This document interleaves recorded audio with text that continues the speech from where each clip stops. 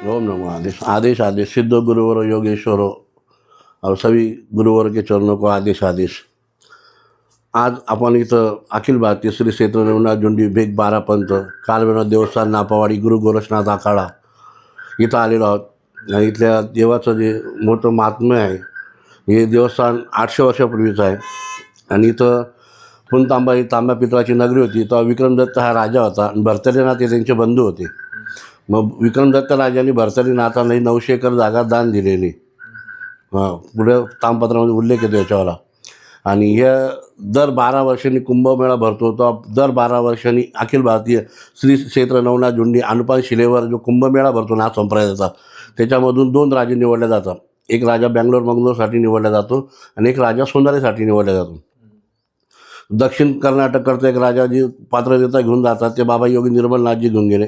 आणि आता या 12 वर्षांनी जे पात्रदेवता घेऊन गेले ते बाबा पीर श्यामनाथजी म्हणून सोनारीला गेले।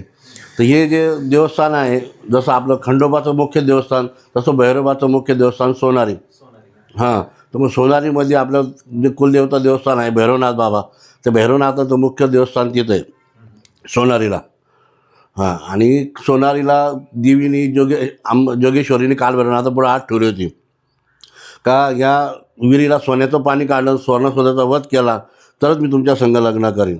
हां, मग देवाने 12 वर्ष तपस्या केली। तिथं गुरु गोरक्षनाथ प्रकट झाली। त्यांनी भैरवनाथांना आशीर्वाद दिला। तिथं भद्रकाली प्रकट झाली। भद्रकाली आणि भैरवनाथांनी मिळून सोन्याचा वध केला।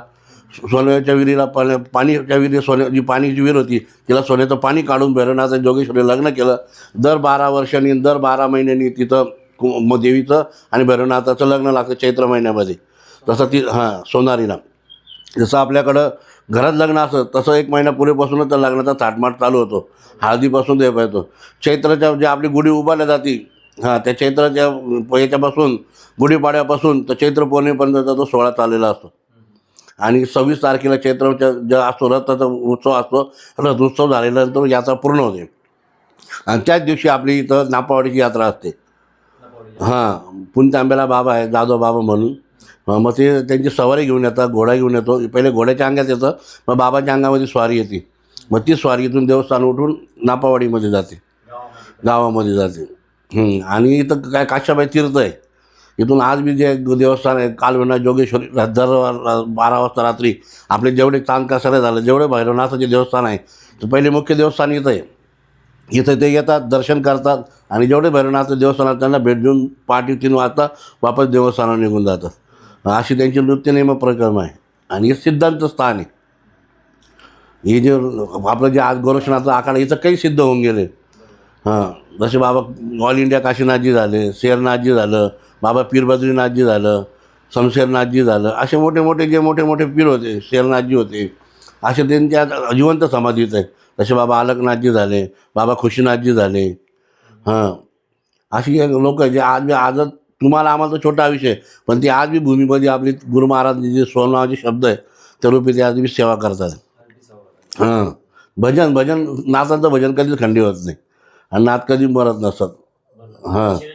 ते चिरंजीवी ते आपल्या ब्रह्मखोपडीमध्ये त्यांचा आत्मा अमर आज असतो, ते काही वर्ष भजनच करत असतात। जसे आम्ही इकडं पुजारी आम्हाला काही गोष्टीचा अनुभव येत असतो। आम्ही आजपर्यंत माझ्या 12 वर्षामध्ये मी असं इकडं पाहिलं का जे कोणी त्यांनी नवस केला आणि तो पूर्ण झाला नाही आणि देवाने त्याची झोळी खाली अशी टाकली असं कधीच वाटलं नाही मला। भैरवनाथाचा अर्थ जो भरण करतो, भरभराट करतो, भरण पोषण करतो आणि भरभराटी करतो, तो भैरवनाथ असतो। त्यांनी सांगितलं दर्शनम बिलभत्त संपर्शनम पापनाशनम अघोर पापसम एक बिलोशवापम बम बम काशिकापुरादिनाथम काल भैरवम। म्हणजे त्यांनी सांगितलं लक्ष बेल वाहू नको मला, अंतरात्म्याने एक बेल व्हाय मला, तुझा अंतरात्म्याचा एक बेल व्हायला 1 लक्ष सारखं मला। मग हे सिद्धांत स्थान आहे आपल्यासारखे किंवा गेले। 800 वर्षापूर्वीचा धुना आहे, 800 वर्ष। मग आता धुना कशी मोठे बाबा सिद्ध असे मोठे महासिद्ध होऊन गेले इथं। बाबा डॉक्टर रामनाथ आगुल झाले, बाबा पालनाथजी झाले, बरोबर की नाही। आता गाभाऱ्यामध्ये आपण जी कालभैरवनाथांची जी मूर्ती बघितली किती जुनी असेल ते साधारण? ती कमी आता तिथं 30 वर्षापूर्वीची बसवलेली। जे खालचे जे 2 देवस्थान आहे, कालभैरवनाथाचं हे स्वयं देवस्थान आहे। यांना कोणी हे केलेलं नाही, याला तांदळा म्हणतात जुन्या भाषेमध्ये।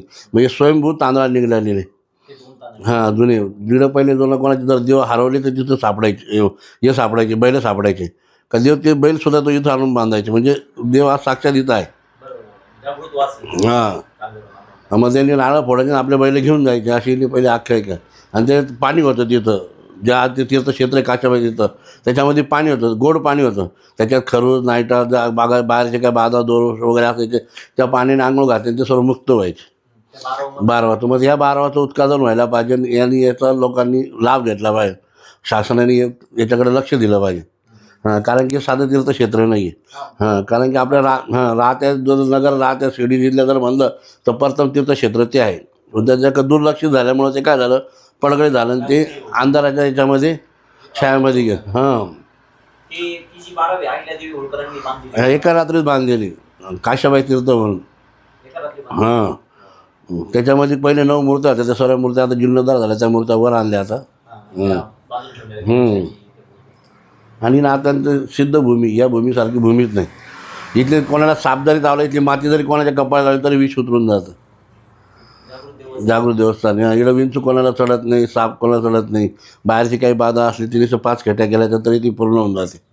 सायंकाळी आणि सकाळी महाआरती कधी असते? इथे तर सकाळी 5:30 वाजता गारती असते. पहाटे हां आणि संध्याकाळी 7 वाजता गारती असते. संध्याकाळी 7 वाजता. हो मध्यान 12 वाजता आरती असते ती आपली ज्याला पडबंद म्हणतात आपल्यामध्ये. दुपारी मग 12 ते 3 देवाला विश्राम असतो. मग 4 वाजता परत देवाचे पट खोलून परत आपलं नित्यनेमाची पूजा चालू होते. खूप सुंदर वाटलं बाबा. हो आदेश हो हा हिंदू सणांचा धर्म आहे याचा प्रचार केलाच पाहिजे. बरोबर आहे की नाही? आदेश हां गोरक्षनाथने सांगितलं ना योगेश्वर आखे योग जिव्यांद्र्या ना करे भोग अंजन चो निरंजन दय ताकतो गोरख जोगी कै जली ऊंचा जली नीचा जली जल में राय समा जल में शिव जल में शक्ति जल में जागे अवगत रूप जहा जल तहा उजाला तहा बेटी शंभुजती गुरु गोरक्षनाथ जेवाला 4 खानी 4 पाणी सूरज चंदा पौन पाणी एको देवा सर्वत सेवा ज्योत पाटले परसो देवा कानन कुंडल गले हात करो सिद्धनाथ ओंकार. सर्व काही आपल्याला चालू पाहिजे.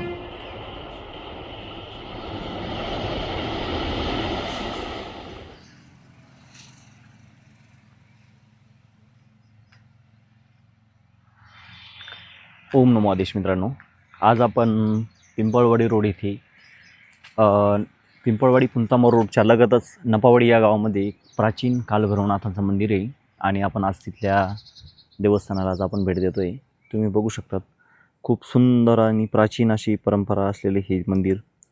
इथे एक खूपच पुराणी अशी बावडी आहे आणि साधारणतः या मंदिराला 1100 वर्षापूर्वीचा इतिहास आहे आणि खूपच प्राचीन असं मंदिर आहे. इथे खूप प्राचीन अवशेषसुद्धा आहे. बरेच लोकांना इथल्या गोष्टीची अजून माहिती नाही. आणि नाथ संप्रदायाचा जो गोरक्षनाथांचा जो आखाडा आहे त्यांचं पण इथे एक कुटी आहे आणि हेच ते पुरातन मंदिर मित्रांनो. आपण आता तिथं भेट देणार आहे.